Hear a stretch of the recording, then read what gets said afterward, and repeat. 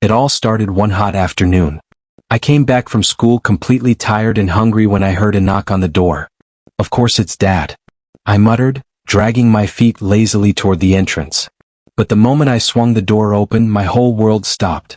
Standing there was my boyfriend, Kai, and beside him was a beautiful woman with warm brown eyes and the same sharp jawline as his. My dad's voice echoed, casual and proud as if he'd just won a lottery. "Eric, meet my fiancée Miss Rachel and her son, Kai." Dad turned to me proudly. "They'll be living with us from now on.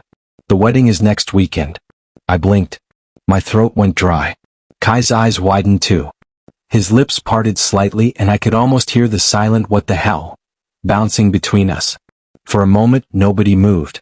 My dad was beaming like this was some grand family reunion, while Miss Rachel gave me a polite smile and pulled Kai forward. "Come in," Dad said, ushering them toward the couch. Kai sat down stiffly, shooting me a look that screamed, "Are we in the same nightmare?" I almost burst out laughing because the expression on his face was too ridiculous, but then reality slapped me again. This wasn't a prank. Out of all the single women in the world, my dad had to pick my boyfriend's mom? I was lost in thought and didn't know what exactly to say. Miss Rachel smiled warmly. Kai scratched the back of his neck. Dad went on talking about furniture, decorations, and God knows what else, but I wasn't listening. My mind was spinning faster than a blender on high speed. After what felt like forever, I excused myself. "I'll be in my room."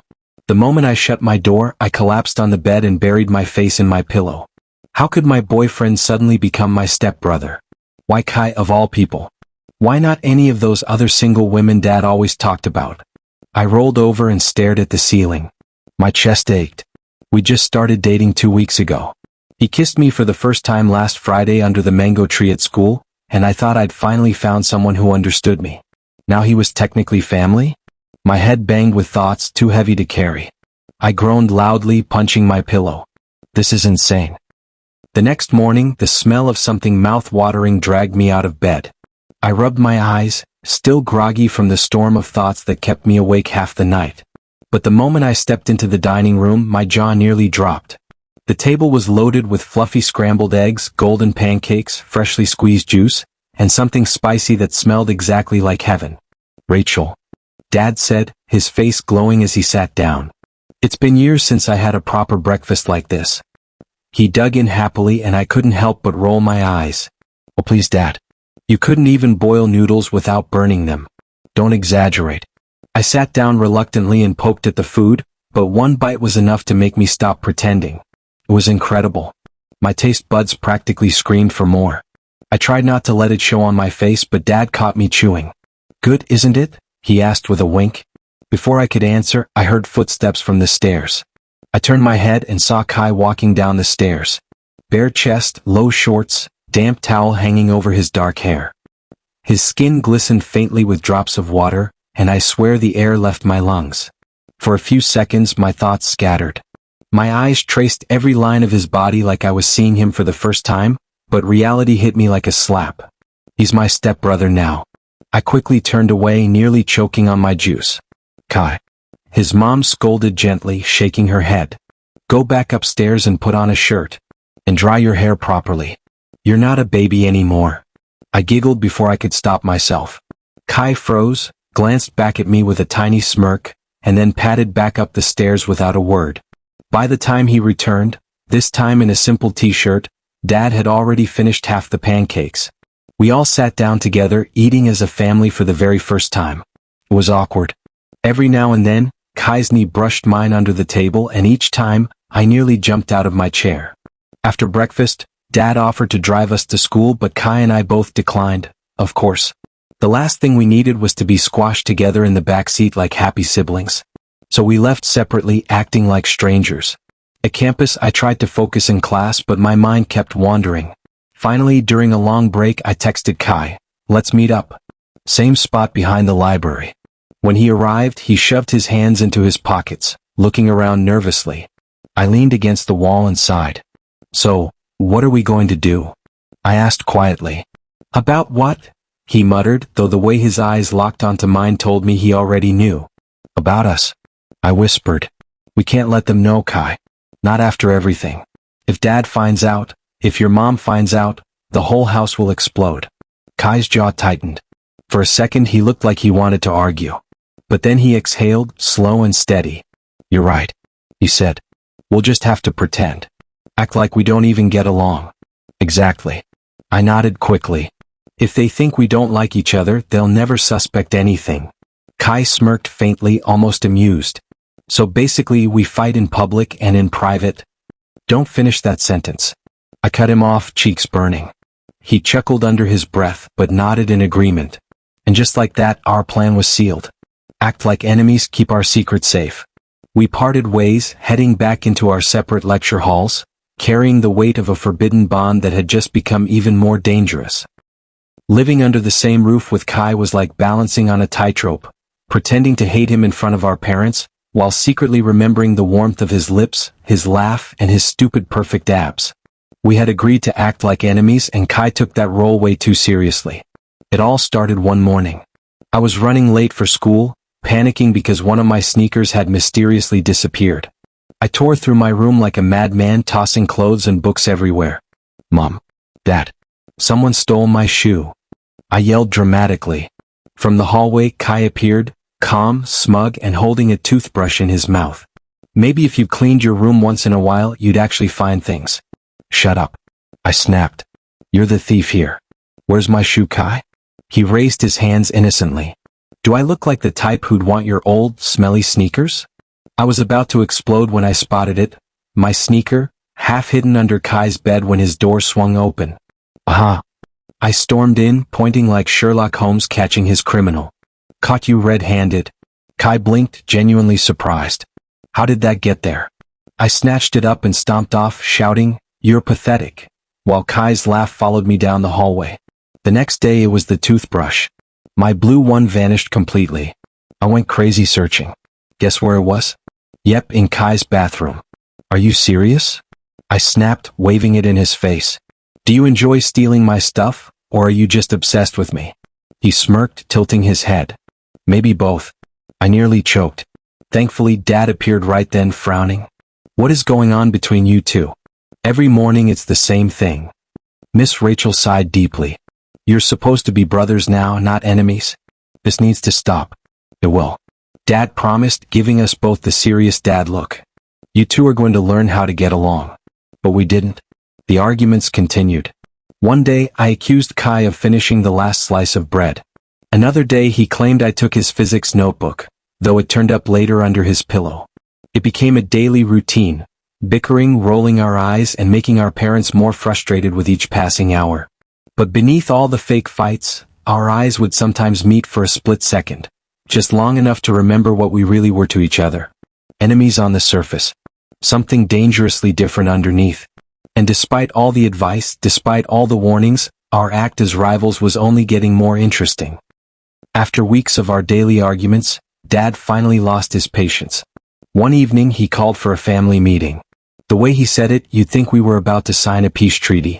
We all gathered in the living room. Dad cleared his throat, looking between me and Kai like we were misbehaving puppies. "Listen," he began firmly. "This nonsense between you two has to stop. You're brothers now. You live under one roof. You eat the same food. You cannot keep acting like enemies." Miss Rachel nodded, her hands folded neatly on her lap. "Your father is right. Harmony begins at home. Please at least try for our sake." Kai and I exchanged a look. I raised an eyebrow, he smirked. Dad went on. "From today you'll start doing things together. Chores, errands, even studying if you have to. Maybe then you'll understand each other." I wanted to protest, but then Dad's eyes narrowed at me and I knew I had no choice. "Fine," I muttered. "I'm cool with it." Kai echoed, suppressing a grin. And so, Operation Brotherly Bonding began. We washed dishes side by side, fighting over who rinsed slower. We cleaned the living room together, bickering about which side looked cleaner. One Saturday, Dad even made us shop for groceries together. Kai pushed the cart, I complained about the prices. To everyone else it looked like progress. To us it was a game. Pretend enemies, pretend brothers, but secret lovers. But then came that night. Dad and Miss Rachel had been invited to a party. They left all dressed up, Dad reminding us for the 100th time to behave like civilized human beings. The moment the door closed, silence filled the house. It was just me and Kai. Alone. We sat in the living room, the TV playing some random movie neither of us was watching. The air felt heavier than usual, almost buzzing with unspoken words. Kai stretched out on the couch, glancing at me with that mischievous glint in his eyes. You know, he said slowly, we've played our roles pretty smoothly. Your dad thinks we hate each other. My mom thinks we're just stubborn boys. I chuckled, shaking my head. Yeah. Guess we deserve an award for best actors. Or best liars. He added softly. The room went quiet again. My chest thumped like a drum as Kai shifted closer, his gaze locked on mine. The distance between us shrank. I could see the damp shine of his lips, the sharp line of his jaw. And then, before I could stop it, he leaned in and pressed his mouth against mine. Every nerve in my body lit up like fireworks. My hands trembled, caught between pushing him away and pulling him closer. The kiss deepened, just for a moment, before a sudden, sharp knock rattled the front door. We froze midway. Someone was outside. And just like that, the moment shattered. The knock echoed again, louder this time. My heart leapt into my throat. Kai jumped back, his lips still tingling against mine. Who is that at this hour? I hissed, my pulse racing. He raised his eyebrows, silently mouthing. Your parents? I bolted upright and hurried to the door, praying it was just a nosy neighbor. But the moment I opened it, my heart sank. There stood Dad and Miss Rachel, both smiling way too cheerfully for people who had supposedly gone partying. But they weren't alone. Behind them stood two couples, clearly tipsy but polite, and a girl around my age, early 20s maybe. She was pretty in that casual, carefree way, her eyes wide as she took in our house. Eric, Dad said warmly. We're back and we brought some friends. Meet the Johnsons. The Johnsons, both couples, stepped forward, shaking my hand like this was some grand business meeting instead of a midnight intrusion. The girl, who I guessed was their daughter, gave me a shy smile that made my stomach twist uncomfortably. They live far out of town.